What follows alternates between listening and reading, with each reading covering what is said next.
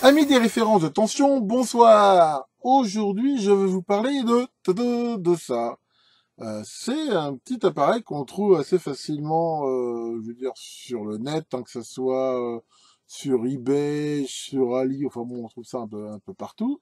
Et alors, qu'est-ce que c'est que ce truc-là? Et déjà, on voit pas mal de vidéos déjà sur ce petit appareil. C'est une petite référence de tension qui est faite autour d'un circuit intégré bien connu, l'AD584 et qui va permettre d'avoir une référence, hein, c'est-à-dire une source de tension considérée comme bonne, enfin dans certaines gammes de précision, enfin je veux dire avec une pression de quelques millivolts, ce qui va permettre et de vérifier que les voltmètres qu'on peut avoir dans un labo sont corrects et éventuellement si on peut les utiliser pour ça, on verra dans une autre vidéo sur la calibration ce qu'on peut faire, de les recalibrer. Pour commencer, essayons de regarder un petit peu le circuit intégré qui est au cœur de cette référence de tension, à savoir le AD 584. On le voit ici par transparence, hein, ici monté sur ce circuit avec tous ces trous autour, hein, qui font partie des bonnes pratiques pour éviter les tensions internes, les trucs de température et tout ça. Enfin bon,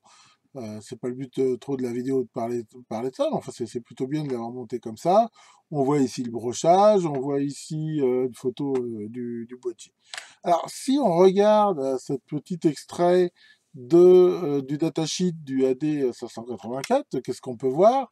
On peut voir ici que selon les différents modèles, on peut voir quel est l'écart max des différentes tensions. Par exemple, là, le modèle qui est sur le mien, c'est un L.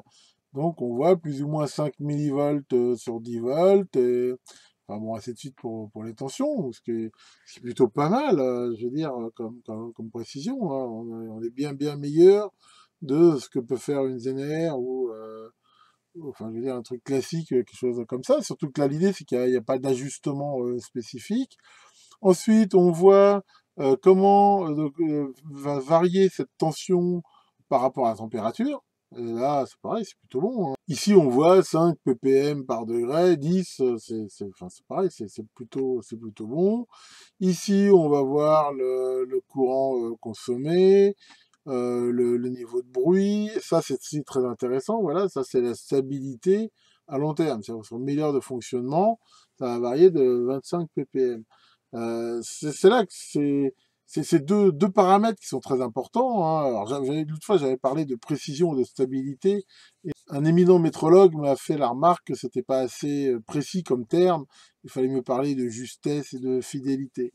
Ce qui est sûr, hein. Maintenant, c'est vrai que dans le langage courant, surtout pour les anglo-saxons, ils vont plutôt parler de précision, hein. Enfin bon, de toute façon, on comprend un peu, hein, de quoi on parle, hein. C'est-à-dire que là, ce circuit-là, il a une précision, une justesse, c'est-à-dire voilà les valeurs de tension qu'il va pouvoir donner et de stabilité ou de fidélité dans le temps, en disant que, et en fonction de la température et en fonction aussi du temps, voilà les variations maximum qu'il peut avoir.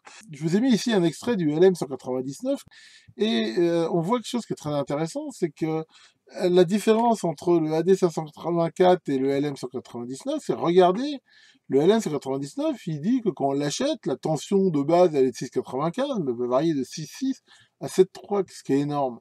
C'est-à-dire qu'il n'est pas donné le LM199 pour avoir une tension qui est vraiment précise dès qu'on le sort de la boîte, il est donné pour une très bonne stabilité dans le temps. Et surtout en fonction de la température, à la mesure où il est chauffé à l'intérieur, il est thermostaté. Donc l'idée, c'est que si on fait un appareil autour d'un LM199, il faudra quand même le calibrer, si c'est un voltmètre par exemple. Par contre, une fois qu'il sera calibré, on peut dire qu'il variera peu dans le temps. L'avantage de prendre une source de tension comme le AD584, c'est que les appareils, on n'a pas besoin de les régler parce que ça a été réglé au niveau de l'usine par des ajustements laser et des trucs comme ça, pour déjà, je veux dire, avoir une précision. Donc si je fais un appareil où je sais que mon appareil, je veux dire, il est dans sa gamme de précision à plus ou moins 5 millivolts sur 10 volts, ben voilà, j'ai pas besoin d'aller faire quoi que ce soit. Et comme je l'avais montré dans ma vidéo sur les réglages, bah c'est l'idéal, j'ai pas de réglage à faire. Maintenant, bah, passons un petit peu à la pratique et regardons ce magnifique petit calibrateur de plus près. Merci, monsieur Maurice. Regardons un petit peu cet appareil de plus près. La qualité globale est très bonne, hein. C'est, comme on peut voir, un plastique là. Enfin, je pense que c'est de l'acrylique découpé au jet d'eau, je pense, hein, a priori, ou au laser, je sais pas. Gravé, hein, sur lequel on peut lire AD584M. Il y a ici le bouton là qui permet de le mettre en route. Alors le fonctionnement est très simple. On appuie un coup un peu appuyé et il sort 2,5 volts. On appuie un coup 5 volts, 7,5, 10 volts et ainsi de suite. Et on reste encore un peu appuyé et ça l'éteint. C'est alimenté par une petite batterie qu'on voit ici et ça se recharge via, ici on voit une prise USB. Donc la LED s'allume quand ça charge, puis ça s'éteint quand c'est chargé. Enfin vraiment, il n'y a rien à dire avec ça. Ça sort sur 2 fiches bananes. Et derrière, ils ont collé un sticker avec des mesures faites avec un Agilent 34401A et des mesures qui relèvent les tensions qui ont été relevées. Et on va voir tout à l'heure avec mon Keysight que dans l'ensemble, c'est plutôt bon. Alors, quelque chose par contre qui m'intrigue un petit peu, c'est que si on regarde le circuit, là, intérieur, je ne vais pas le démonter, mais le circuit, on voit déjà qu'il a l'air relativement vieux, on voit qu'il y a une certaine patine sur le truc, et que si on regarde le datecode, on peut lire 91-27, c'est-à-dire que ce circuit il a été fabriqué à la 27e semaine de l'année 91, qui lui donne quand même un âge assez honorable, et d'après ce que j'ai pu voir sur d'autres vidéos YouTube, il y en a où c'est même des circuits beaucoup plus vieux. Donc à mon avis, vu que c'est un circuit qui est relativement onéreux, il y a, à mon avis, enfin tout le reste est à peu près neuf, sauf ce circuit ici qui est à mon avis de la récup, qui est recyclé. Maintenant, à la limite ça le fait, tant que ça marche bien, je veux dire pourquoi pas. Maintenant c'est quand même pas précisé au moment où on achète le bignou. Il faut voir aussi que ici ils disent que c'est un AD584M, alors que le circuit qui est à l'intérieur, c'est un AD584LH, qui est d'ailleurs plutôt un bon modèle, hein. Je veux dire, à la limite, je dirais bonne pioche, quoi. Enfin voilà, déjà, c'est ça l'idée. Alors, ce qu'on va déjà commencer par faire, ici, c'est justement brancher mon Keysight, là, et regarder, justement, la précision de donc là, je suis en mode voltmètre, et donc je le mets en route. Et ici, on peut voir donc que pour une tension de 2,5, il donne 2,498,9. Et ce qui, eux, disaient, c'était 2,499,07. Bon, on va dire, ça bouge quand même quasiment pas. On voit qu'on va dire à 2 millivolts, c'est plutôt bon. Faut pas trop se plaindre. Ici, sur 5 volts, là, bah, c'est très très bon, hein. On voit qu'on a 0,2 millivolts d'écart. Sur 7,5, 0,3. Et sur 10, un petit peu plus, 1,2 millivolts. Et on va dire que pour un amateur, c'est quand même quelque chose de plutôt bon. Si on regarde après la stabilité, hein, je rappelle que sur ce super voltmètre, là, on va voir un petit peu au fur et à mesure des mesures l'écart des variations. Donc là, on voit que ça varie entre 2,498,943 et 2,498,956, avec une distribution ici qui est plutôt centrée donc sur 2,498,95. Bon, globalement, c'est plutôt très très très bon, hein, ici. Je possède énormément de voltmètres divers et variés, donc ça m'a permis, hein, j'ai déjà fait de les vérifier, ils sont tous, on va dire, relativement bons. Et ici, justement, on va en voir deux, hein, deux que je vous ai déjà montré, à savoir le Fluke et la fameuse unité UT61E.